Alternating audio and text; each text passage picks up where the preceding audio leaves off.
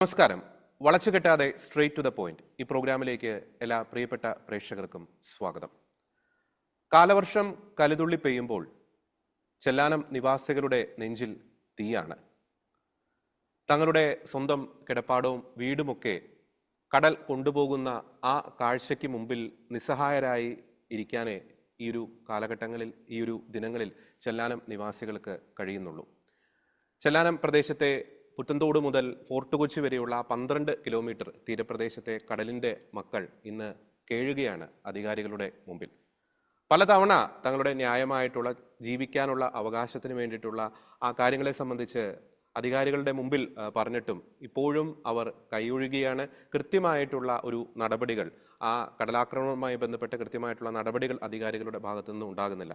ഈ കഴിഞ്ഞ ദിവസം തന്നെ കൊച്ചി, ആലപ്പുഴ രൂപതകളിലെ വൈദികരുടെ നേതൃത്വത്തിൽ ഈ ഒരു വിഷയത്തിൽ ശാശ്വതമായിട്ടുള്ള പരിഹാരം ഉണ്ടാകണമെന്ന് ആവശ്യപ്പെട്ട് ഉപവാസ ധർണയും പ്രതിഷേധ ധർണയും ഒക്കെ അവിടെ സംഘടിപ്പിക്കുകയുണ്ടായി. എന്നാൽ അതിനെ തുടർന്ന് ആ ധർണയിൽ, ആ പ്രതിഷേധത്തിൽ പങ്കെടുത്തവർക്കെതിരെ കേസെടുക്കുന്ന ഒരു ധാർഷ്ട്യം നിറഞ്ഞ നിലപാടാണ് സർക്കാർ സ്വീകരിക്കുന്നത്. ഈ വിഷയത്തിൽ എന്താണ് യഥാർത്ഥത്തിൽ ചെല്ലാനം നിവാസികൾ നേരിടുന്ന പ്രശ്നങ്ങൾ, ഒപ്പം തന്നെ എന്തുകൊണ്ട് അധികാരികൾ അവരുടെ ന്യായമായ ആവശ്യങ്ങളോട് മുഖം തിരിക്കുന്നു, എന്തടിസ്ഥാനത്തിലാണ് അവിടെ ആ പ്രതിഷേധ ധർണയിൽ പങ്കെടുത്തവർക്കെതിരെ സർക്കാർ കേസെടുത്തത്, ഈ വിഷയങ്ങളിൽ കൃത്യവും വ്യക്തവുമായ മറുപടികളുമായി ഇന്ന് നമ്മോടൊപ്പമുള്ളത് സാമൂഹ്യ നിരീക്ഷകൻ ഫാദർ ജോഷി മയ്യാറ്റിലാണ്. ഫാദർ ജോഷി മയ്യാറ്റിൽ, ഒത്തിരി സ്നേഹത്തോടെ ഈ പ്രോഗ്രാമിലേക്ക് അങ്ങേ സ്വാഗതം ചെയ്യുകയാണ്. നമുക്കറിയാം അച്ഛാ, ഇപ്പോൾ പല വികസന പ്രവർത്തനങ്ങളും സർക്കാർ ഈ നാട്ടിൽ നടപ്പാക്കുന്നു എന്ന് അവകാശപ്പെടുന്നുണ്ട്, ജനങ്ങൾക്കൊപ്പമാണ് എന്ന് പലപ്പോഴും അവകാശപ്പെടുന്നുണ്ട്. എന്നാൽ നമുക്കറിയാം ആ 12 കിലോമീറ്റർ ചെല്ലാനം ആ മേഖലയിലെ 12 കിലോമീറ്റർ തീരപ്രദേശത്തെ ആ ജനങ്ങൾ കാലവർഷം വരുമ്പോൾ അവരുടെ ഉള്ളിൽ തീയാണ്. അവരുടെ വീടുകൾ കടലെടുക്കുന്നു, അവരുടെ കിടപ്പാടം കടലെടുക്കുന്നു. എന്തുകൊണ്ടാണ് ഈ ന്യായമായിട്ടുള്ള ജീവിക്കാനുള്ള അവകാശത്തിന് വേണ്ടി അവർ നടത്തുന്ന ഈ പോരാട്ടത്തോട് ഈ അധികാരികൾ മുഖം തിരിക്കുന്നത്? എനിക്ക് തോന്നുന്നത് അധികാരികൾക്ക് പൗരന്മാരെ അവർ പല തട്ടുകളിലായിട്ടാണ് കണ്ടിട്ടുള്ളത്. തീരദേശത്ത് വസിക്കുന്ന ജനത്തെ പൗരന്മാരായിട്ട് സർക്കാർ പരിഗണിക്കുന്നുണ്ടോ എന്ന കാര്യമായ സംശയം ഞങ്ങൾക്കുണ്ട്. പൊതുവെയുള്ള സർക്കാരിൻ്റെ തീരദേശവാസികളോടുള്ള പെരുമാറ്റം അങ്ങനെയാണ്.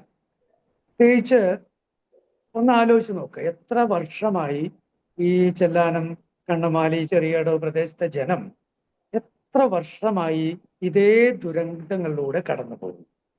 എത്ര വർഷമായി ആ ജനം നിരന്തരമായി സമരമുഖത്ത് ആയിരിക്കുന്നു? എത്രമാത്രം നാശനഷ്ടങ്ങൾ അവർക്ക് ഓരോ വർഷവും ഉണ്ടാകുന്നു? ഇങ്ങനെ ഒരു സ്ഥിരം, അതായത് അവരെ കടലിന് ഒഴിഞ്ഞിട്ടതുപോലെ, സർക്കാർ കടലിന് ഒഴിഞ്ഞിട്ടിരിക്കുന്നത് പോലെയുള്ള ഒരു ജനം. ഇനി മാത്രമല്ല, ഈ വികസനം എന്ന് പറഞ്ഞ് സർക്കാർ ചെയ്യുന്ന എല്ലാ കാര്യങ്ങളുടെയും ദോഷം, പ്രത്യേകിച്ച് കടലുമായി ബന്ധപ്പെട്ട, തുറമുഖവുമായി ബന്ധപ്പെട്ട എല്ലാ വികസന പ്രവർത്തനങ്ങളുടെയും ഇരകളായി മാറാൻ വിധിക്കപ്പെട്ടവരാണ് എന്ന രീതിയിലാണ് സർക്കാർ അവരെ അങ്ങോട്ട് കണ്ടിരിക്കുന്നത്. ഇപ്പോ പോർട്ട് ട്രസ്റ്റിന് വേണ്ടി അവിടെ കാര്യങ്ങൾ ചെയ്യുന്നു, ആഴം കൂട്ടുന്നു, ഡ്രഡ്ജ് ചെയ്യുന്നു, അപ്പുറം LNGക്ക് വേണ്ടി കാര്യങ്ങൾ ചെയ്യുന്നു. ഓരോ കാര്യം ചെയ്യുമ്പോഴും തീരദേശമാണ് ഇല്ലാതായിക്കൊണ്ടിരിക്കുന്നത്. അത് സാമാന്യ ബുദ്ധി ഉള്ള എല്ലാവർക്കും മനസ്സിലാവും. പക്ഷേ അതങ്ങനെ ആയാലും കുഴപ്പമില്ല, അങ്ങനെ ആയിക്കോട്ടെ എന്നൊരു മനോഭാവം സർക്കാരിനുണ്ട് എന്ന് തോന്നുന്നു. ഇപ്പൊ വിഴിഞ്ഞത്തെ വിഷയമായാലും അങ്ങനെ തന്നെയാണല്ലോ. വികസനം എന്ന് പറഞ്ഞിട്ട് ആ പരിസരത്തുള്ള ജനതയെ അവരുടെ തൊഴിലിൽ നിന്നും, അവരുടെ ജീവിത മാർഗങ്ങളിൽ നിന്നും, അവരുടെ വാസസ്ഥാനത്ത് നിന്നൊക്കെ ഒഴിവാക്കുന്ന ഒരു ട്രെൻഡ്, അതും ന്യായമായ നഷ്ടപരിഹാരമോ ഒന്നും കൊടുക്കാതെ ഇപ്പോഴും അറിയാലോ, ഇപ്പോഴും അവിടെ ഗോഡൌണിൽ മനുഷ്യർ കഴിയുകയാണ്. ഇനി മഴക്കാലവും കാര്യങ്ങളൊക്കെ വരുമ്പോൾ ഉടനെ ഒരു ഡിക്ലറേഷനാണ്, ആരും കടലിൽ പോകരുത് എന്ന് പറഞ്ഞൊരു ഡിക്ലറേഷനാണ്. അപ്പോ ഈ കടലിൽ പോകരുത് എന്ന് പറഞ്ഞ് ഡിക്ലറേഷൻ നടത്തിയാൽ എങ്ങനെയാ? 2001 സർക്കാർ വളരെ ഉഷാറോടുകൂടി അങ്ങനെ കടലിൽ 6 ദിവസം കടലിൽ പോകരുതെന്ന് പറഞ്ഞു. അതുകൊണ്ട് 200 രൂപ വീതം എന്നൊക്കെ പറഞ്ഞ ഒരു ചെറിയ ഒരു സപ്പോർട്ടീവ് രീതിയെങ്കിലും അന്ന് ആ സമയത്ത്, അത് വലിയൊരു പ്രശ്നം നടന്ന സമയമാണ് 2001. പ്രത്യേകിച്ച് നിയമസഭയിൽ അതിശക്തമായ പ്രക്ഷോഭം പ്രതിപക്ഷം ഉയർത്തിയൊരു സമയം കൂടിയായിരുന്നു അത്. പക്ഷെ അതെല്ലാം എത്ര പെട്ടെന്നാണ് മറന്നു കളയുന്നതും വിട്ടുകളയുന്നതും. ശരിക്കും പറഞ്ഞാൽ തീരദേശവാസികളെ മനുഷ്യരായി സർക്കാർ കരുതുന്നുണ്ടോ എന്നെനിക്ക് ബലമായ സംശയമുണ്ട്. ഒന്ന് ആലോചിച്ച് നോക്കൂ ജോർജി, സർക്കാർ തീരദേശത്ത് താമസിക്കുന്നവരോട് എന്താ പറഞ്ഞേ? കടലിന്റെ അടുത്ത് 50 മീറ്റർ അകത്ത് ഉള്ളിലുള്ളവര് അവിടുന്ന് പോകണം. പക്ഷെ അതിന് സർക്കാർ 10 ലക്ഷം രൂപ തരും. 10 ലക്ഷം രൂപ തരും. ആ 10 ലക്ഷവും കൊണ്ട് എവിടെയെങ്കിലും പോയി സ്ഥലം വാങ്ങി വീട് വെച്ചോളൂ എന്നാണ് സർക്കാർ പറഞ്ഞത്. ഒന്ന് ആലോചിച്ച് നോക്കൂ, കൊച്ചി പരിസരത്ത് 10 ലക്ഷം രൂപ കൊണ്ട് എന്തു ചെയ്യാൻ കഴിയും?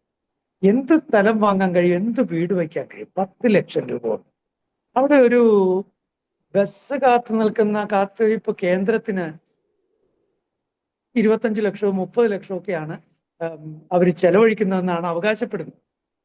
അപ്പൊ പിന്നെ 10 ലക്ഷം കൊണ്ട് ഒരു വീട്ടുകാർ എന്തു ചെയ്യുമെന്ന് പറയാം? അവര് സ്ഥലം വാങ്ങി വീട് വയ്ക്കും. അപ്പോ ജനത്തോടുള്ള ഒരു തീരദേശ ജനതയോടുള്ള ഒരു പുച്ഛം സർക്കാരിന് ഉണ്ട്. തീരെ അവരെ വില കൽപ്പിക്കാത്ത ഒരു രീതി ഉണ്ട്.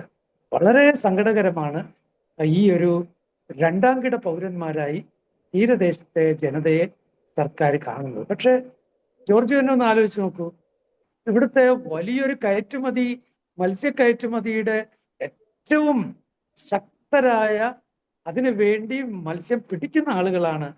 അതും ജീവൻ പണയം വെച്ച് ഇത്രയ്ക്ക് അപകടം പിടിച്ച ഒരു ജോലി ചെയ്യുന്ന മനുഷ്യരാണ്.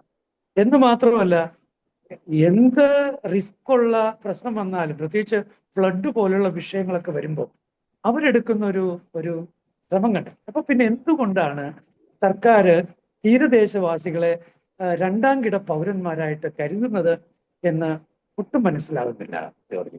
വളരെ സങ്കടമുണ്ട്.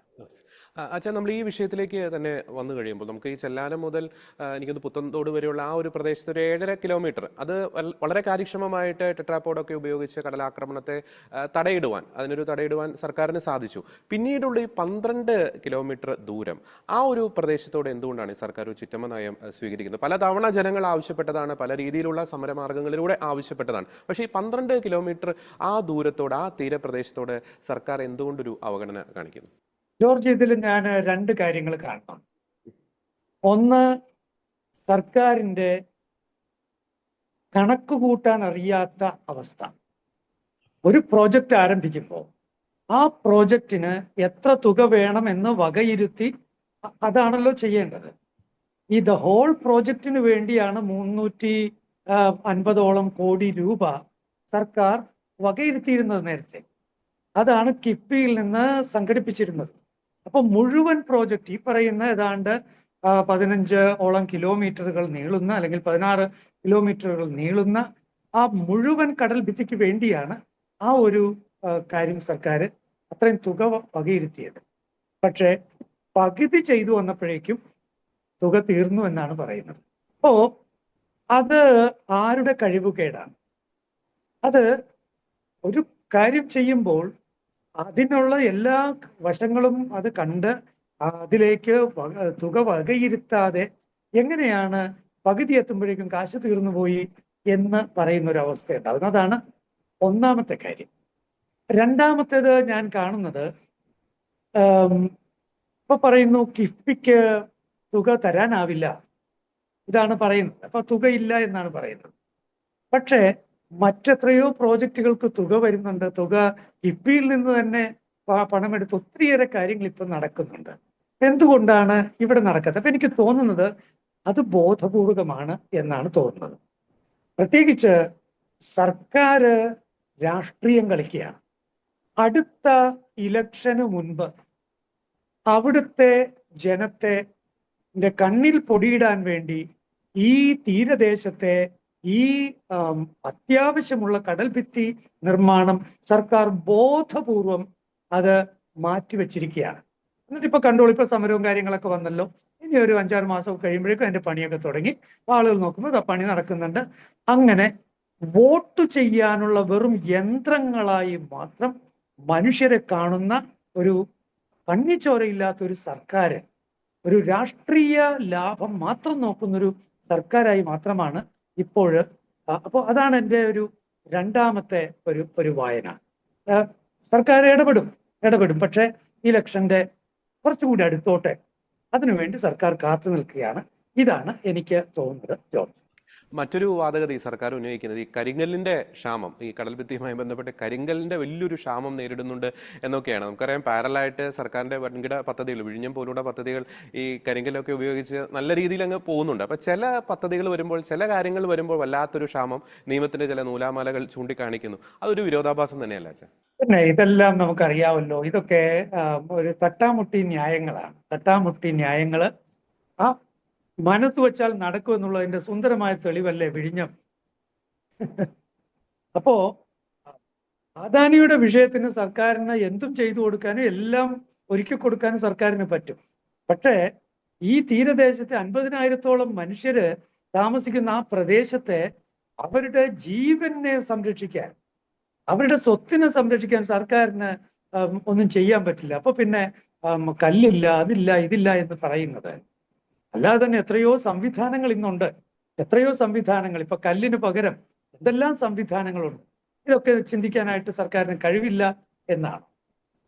അതെല്ലാം തട്ടാമുട്ടി ന്യായങ്ങളാണ് ജോർജ്. അത് അംഗീകരിക്കാൻ കഴിയാത്ത തട്ടാമുട്ടി ന്യായങ്ങളാണ്. മനസ്സില്ല എന്നുള്ളതാണ് വിഷയം. ഒരു പ്രധാനപ്പെട്ട ഒരു കാര്യം വെച്ചാൽ, നമ്മൾ വളരെ വർഷങ്ങളായിട്ട് നമ്മൾ തീരദേശം നേരിടുന്ന പല പ്രശ്നങ്ങളും, ഇപ്പം വിഴിഞ്ഞം അങ്ങ് ശക്തമായിട്ട് ഇടപെട്ട മുനമ്പം നിവാസികളുടെ ആ പ്രശ്നം, ആലപ്പുഴ, ഒപ്പം തന്നെ കൊച്ചി മേഖലകളിലെ തീരദേശ മേഖലകൾ നേരിടുന്ന കടലാക്രമണം, അതിനോടൊക്കെ നമ്മൾ പൊതുവെ എടുത്തു നോക്കുമ്പോൾ ഒരു നിസ്സംഗത മനോഭാവം. അറ്റ് ദി എൻഡ് തീരദേശ നിവാസികൾക്ക് സർക്കാരിൻ്റെ ആ ഒരു ആവശ്യത്തോട് ഒരു കീഴടങ്ങുന്ന ഒരു സ്ഥിതിയിലേക്ക് പല വിഷയങ്ങളിലും നാം കണ്ടതാണ് അത്തരത്തിലുള്ളൊരു സാഹചര്യം. അപ്പോൾ നമുക്കറിയാം, തീരദേശം നമുക്കറിയാം രാജ്യത്തിൻ്റെ ഒരു തന്ത്രപ്രധാനമായിട്ടുള്ള ഒരു മേഖലയാണ്. അക്ഷരാർത്ഥത്തിൽ പറയുകയാണെങ്കിൽ കടലിൻ്റെ മക്കൾ ആ മേഖലയുടെ ഒരു അതിർത്തി സംരക്ഷകരാണ് എന്ന് തന്നെ നമുക്ക് പറയാൻ സാധിക്കും. അപ്പോൾ ഇത്തരത്തിലുള്ള ഇങ്ങനെ പ്രശ്നങ്ങൾ ഇങ്ങനെ നിരവധി വരുന്നു. അത് കണ്ട് തീരത്തിലെ ജനങ്ങൾ ഒരു ശ്വാസം മുട്ടി അവിടുന്ന് കുടിയിറങ്ങേണ്ടി വരുന്ന ഒരു അവസ്ഥ ബോധപൂർവം ആരെങ്കിലും ഇങ്ങനെ നടപ്പാക്കുന്നതാണ്. അതുവഴി തീരം ചിലർക്കൊക്കെ ഇങ്ങനെ തീരെഴുതി കൊടുക്കുക, അല്ലെങ്കിൽ ചിലരുടെ സ്വാർത്ഥ താല്പര്യങ്ങൾക്ക് വേണ്ടിയിട്ട് തീരദേശ മേഖലയെ ഉപയോഗപ്പെടുത്തുക, അങ്ങനെ ഏതെങ്കിലും ഒരു അജണ്ട ഈ വളരെ നാളുകളായിട്ട് തുടരുന്ന ഈ പല സംഭവങ്ങളുടെയും പിന്നിൽ നമുക്ക് സംശയിക്കാൻ സാധിക്കുമോ? ജോർജ്, ഞാൻ നേരത്തെ രണ്ടാംകിട പൗരന്മാര് എന്ന് പറഞ്ഞില്ലേ? സത്യത്തിൽ രണ്ടാംകിട പൗരന്മാരായി സർക്കാർ കരുതുന്നു എന്ന വായന അവിടെ കൊണ്ട് നിർത്തിയാൽ പോരാ. അടുത്ത ലെവലിലുള്ള വായന കൃത്യമായിട്ട് ജോർജ് പറഞ്ഞത് തന്നെയാണ്. അത് രണ്ടാംകിട പൗരന്മാരായി കരുതി നിങ്ങളോട് ഞങ്ങൾക്ക് ഇതൊക്കെ ചെയ്യാൻ പറ്റുള്ളൂ, നിങ്ങൾക്ക് ഇത്രയൊക്കെ ഉള്ളൂ എന്ന് പറഞ്ഞ് ജീവിതം ഗതിമുട്ടിച്ച് അവരെ അവിടെ നിന്ന് ഓടിക്കുക, തീരദേശവാസികളെ അവിടെ നിന്ന് ഓടിക്കുക എന്ന അജണ്ട സർക്കാരുകൾക്കുണ്ട്, കേന്ദ്ര സംസ്ഥാന സർക്കാരുകൾക്കുണ്ട്. ഇപ്പൊ ബ്ലൂ ഇക്കോണമിയുടെ കഥ നമ്മൾ കേട്ടുകൊണ്ടിരിക്കുകയാണല്ലോ. ഇതിൽ നമ്മൾ മനസ്സിലാക്കേണ്ടത് കേന്ദ്രവും സംസ്ഥാനവും ഒക്കെ ഒന്നിച്ച് കൈകോർത്തുള്ള ഏർപ്പാടാണ് ഇത്. ഇപ്പൊ തുടങ്ങിയതൊന്നുമല്ല. ഇത് വർഷങ്ങളായിട്ട് തീരദേശവാസികളെ ഓടിക്കണം, അവരെ അവിടുന്ന് എങ്ങനെയെങ്കിലും പറഞ്ഞു വിടണമെന്ന് സർക്കാരുകൾ ആഗ്രഹിച്ചിട്ടുണ്ട്, തീരുമാനിച്ചിട്ടുണ്ട്. എന്ന് മാത്രമല്ല, ഈ കോർപ്പറേറ്റുകൾക്ക് വേണ്ടി തീരദേശത്തെ മൊത്തമായി കൊടുക്കാനുള്ള ശക്തമായ ശ്രമങ്ങൾ, ചരടുവലികൾ പുറകെ നടക്കുന്നുണ്ട്. ഒന്ന് ആലോചിക്കണം, ഈ തീരദേശവാസികൾ എന്ന് പറയുന്നത് അവർ നൂറ്റാണ്ടുകൾക്ക് മുമ്പേ അവിടെ വസിക്കുന്നവരാണ്. അവരാരും കടലിന്റെ തൊട്ടടുത്ത് കൊണ്ടുപോയി വീട് വെച്ചവരല്ല.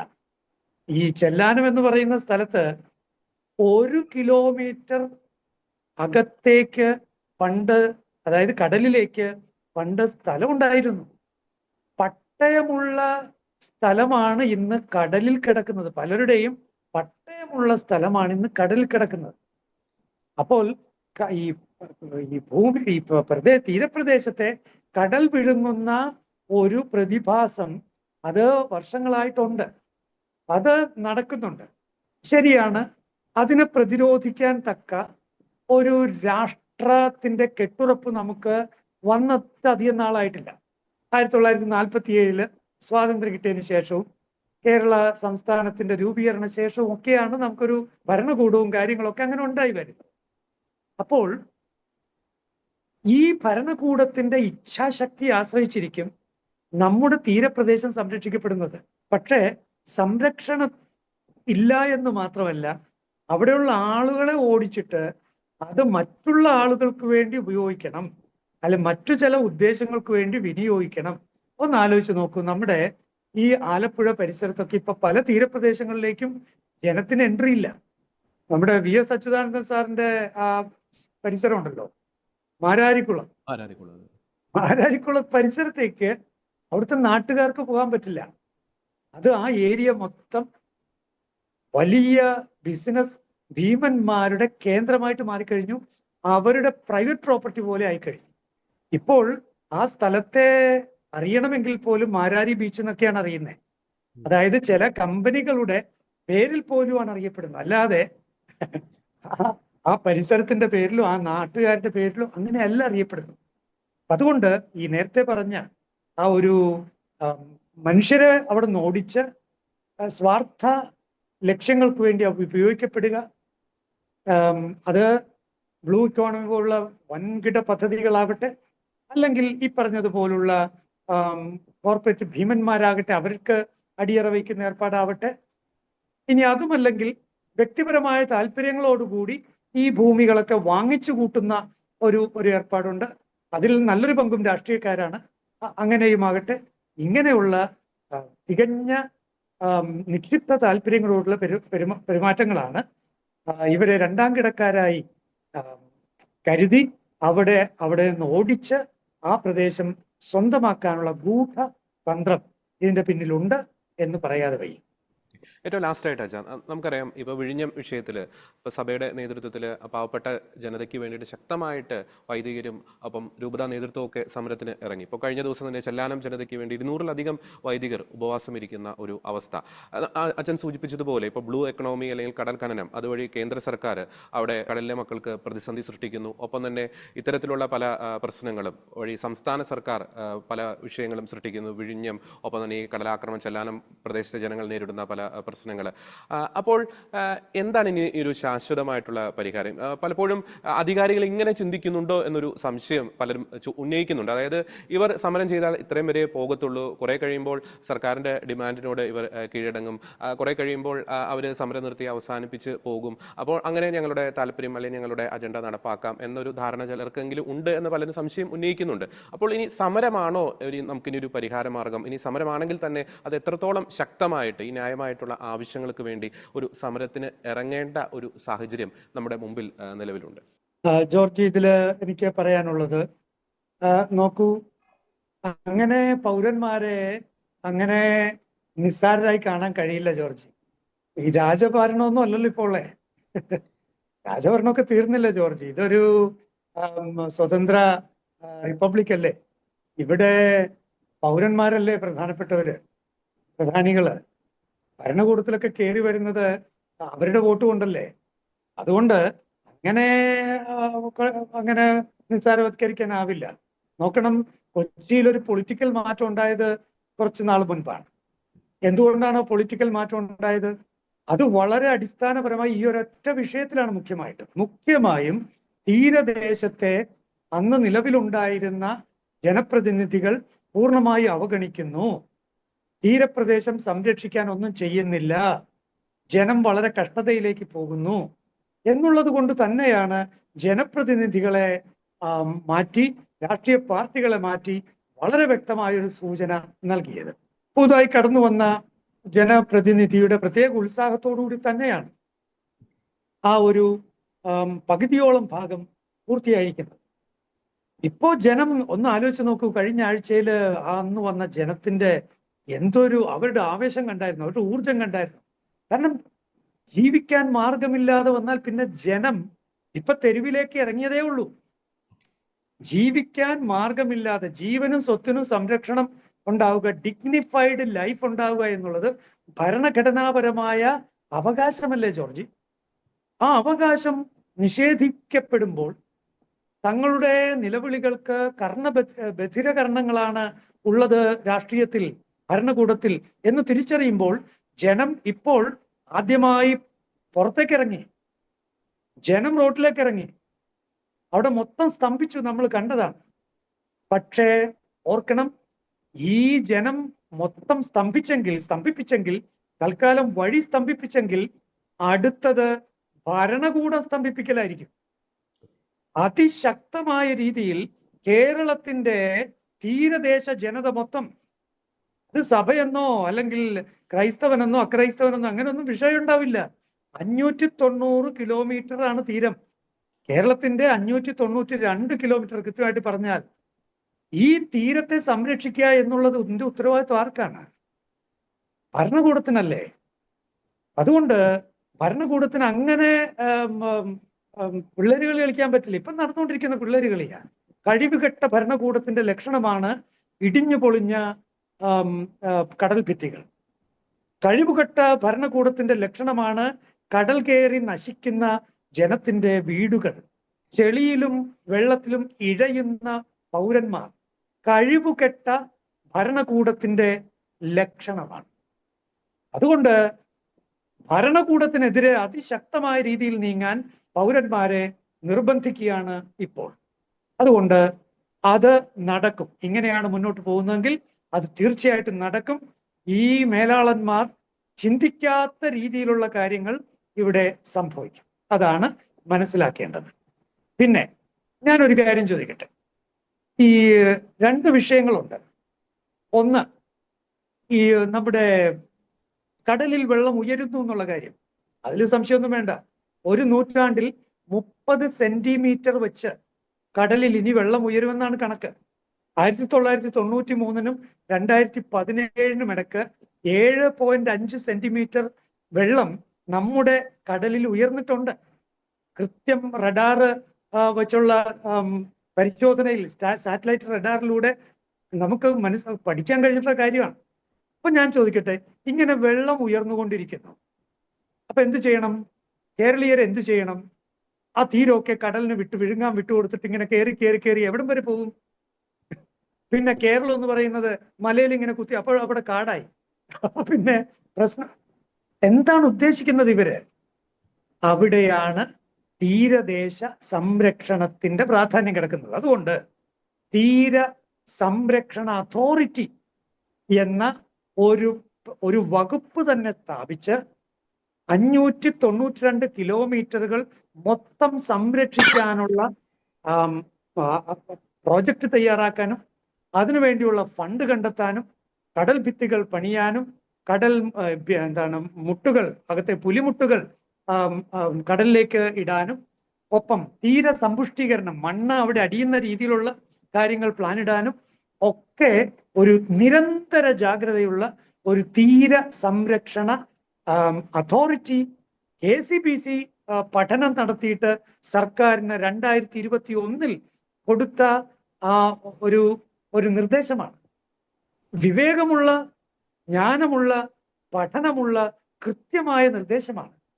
എന്നിട്ടാണ് ഇപ്പോഴും വെച്ചുകൊണ്ടിരിക്കുന്നത് ജലസേചന വകുപ്പിനാണ് അവിടുത്തെ സംരക്ഷണത്തിന്റെ ഉത്തരവാദിത്വം, മത്സ്യ വകുപ്പിന് ഉത്തരവാദിത്വം.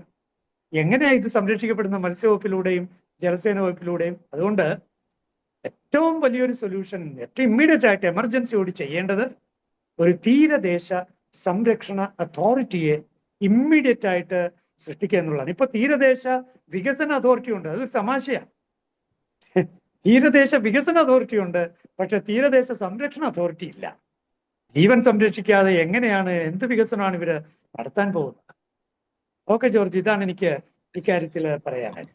ഒരു കാര്യം കൂടി വെച്ചാൽ നമുക്കറിയാം, പലപ്പോഴും ഇപ്പം വിഴിഞ്ഞം സമരം മുതൽ ഇങ്ങോട്ട് നമ്മൾ ചിന്തിച്ച് നോക്കുമ്പോൾ ഞങ്ങൾക്ക് ജീവിക്കാനുള്ള അവകാശമുണ്ട് എന്ന കടലിൻ്റെ മക്കളുടെ ആ ശബ്ദം പുറത്തേക്ക് വരാതിരിക്കാൻ വേണ്ടി സർക്കാർ അല്ലെങ്കിൽ അധികാരികൾ ഉപയോഗിക്കുന്ന ഒരു തന്ത്രമാണ് ഈ കേസെടുക്കുക എന്നൊരു സംഗതി. ഇപ്പോൾ ഏറ്റവും ഒടുവിൽ ഈ ചെല്ലാന സമരത്തിലും അവർ അത്തരത്തിലുള്ള ഒരു തന്ത്രം പ്രയോഗിക്കുകയുണ്ട്. നമുക്ക് വിഴിഞ്ഞ സമരത്തിൽ അഭിനന്ദ പിതാക്കന്മാരുൾപ്പെടെ, വൈദികരുൾപ്പെടെ, സാധാരണക്കാരായിട്ടുള്ള മത്സ്യത്തൊഴിലാളികൾ ഉൾപ്പെടെയുള്ളവർക്കെതിരെ കേസെടുക്കുന്നു. പലർക്കും അതുമൂലം വിദേശത്തേക്കൊക്കെ പോകാൻ ഒരു തടസ്സം നേരിടുന്നു. അപ്പോൾ ന്യായമായിട്ടുള്ള അവകാശങ്ങൾക്ക് വേണ്ടി ഇനി ആരും തീരപ്രദേശത്ത് നിന്ന് ഈ ഇത്തരത്തിലുള്ള ധർണയിൽ പങ്കെടുക്കരുത്, പ്രതിഷേധത്തിൽ പങ്കെടുക്കരുത് എന്ന ആ ഒരു അജണ്ട ഇതിന്റെ പിന്നിലുണ്ടോ? ഇത്തരത്തിൽ ഈ ഭയപ്പെടുത്തി നിശബ്ദരാക്കുന്ന ഈ ഒരു പ്രവണത, ഇങ്ങനെ കേസുകൾ എടുത്തുകൊണ്ട് ഭയപ്പെടുത്തി നിശബ്ദരാക്കുന്ന ആ ഒരു പ്രവണത, അതിലൂടെ സർക്കാർ ലക്ഷ്യം വെക്കുന്നത് എന്താണ് അച്ഛാ? ജോർജ്, തിരുവനന്തപുരത്തെ വിഴിഞ്ഞത്തെ വിഷയം മാത്രം ഒന്ന് ആലോചിച്ച് നോക്കുക. വിഴിഞ്ഞത്ത് ആ ജനത്തിന്റെ റിയൽ ആയിട്ടുള്ള ഒരു ഇഷ്യൂ ആണ്. ആ റിയൽ ആയിട്ടുള്ള ഇഷ്യൂവില് സഭ ഇറങ്ങേണ്ടി വന്നതാണ്. കാരണം ഒരു നിവൃത്തിയില്ല, അവിടുത്തെ ജനം ഒരു മാർഗമില്ല. നമ്മൾ കാണുന്നതല്ല, ഇപ്പോഴും കാണുന്നതാണ് ഗോഡൌണിൽ കഴിയുന്നവര്, മുതലപ്പൊഴിയിലുള്ള പ്രശ്നങ്ങള്, മത്സ്യം ലഭിക്കാത്ത വിഷയങ്ങള്, അവരുടെ ജീവിതം മുന്നോട്ട് കൊണ്ടുപോകാൻ പറ്റാത്ത അവസ്ഥകൾ, ഇതൊക്കെ നമ്മൾ കാണുന്നതാണ്.